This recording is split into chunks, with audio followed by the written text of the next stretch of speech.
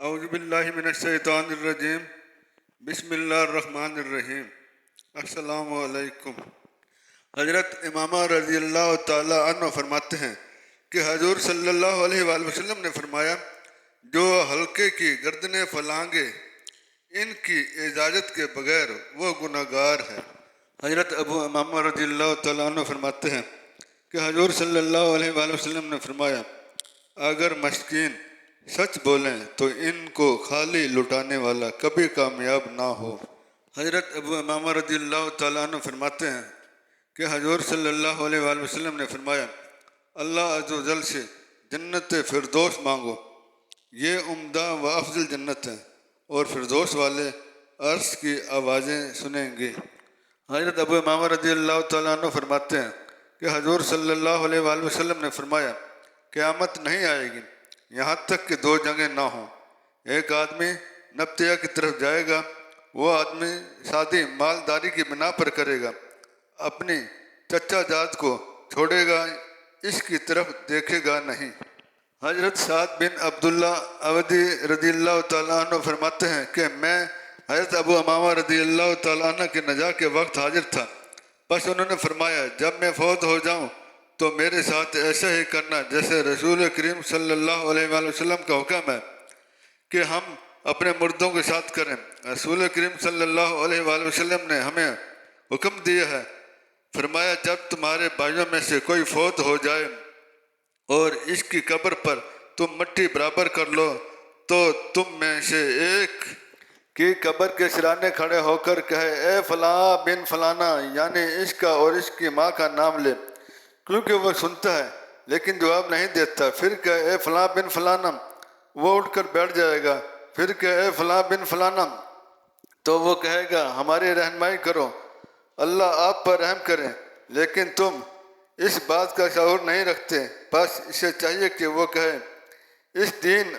اور کلمے کو یاد کر جس پر تو دنیا سے نکلا ہے، مثلاً گواہی کہ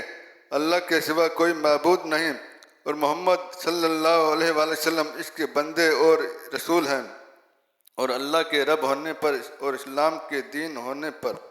محمد صلی اللہ علیہ وآلہ وسلم کے نبی ہونے پر اور قرآن کے پیشوا ہونے پر تو راضی تھا۔ بس منکر نکیر میں سے ایک دوسرے کے ہاتھ پکڑ کر کہے گا، آؤ چلیں، جس کو اس کی دلیل سکھا دی گئی ہم اس کے پاس نہ بیٹھیں گے۔ بس ان دونوں کے سامنے ایسا ہی ہوگا کہ اللہ اس کو جواب سکھا رہا ہے۔ بس ایک آدمی نے عرض کی، اے اللہ کے رسول صلی اللہ علیہ وآلہ وسلم، اگر تلقین کرنے والے کو اس کی ماں کا نام یاد نہ ہو، فرمایا حضرت حوا کی طرف سے اس کی نسبت کر کے کہے، اے فلاں بن حوا۔ حضرت ابو امامہ رضی اللہ تعالیٰ عنہ فرماتے ہیں کہ میں نے رسول اللہ صلی اللہ علیہ وآلہ وسلم کو فرماتے ہوئے سنا،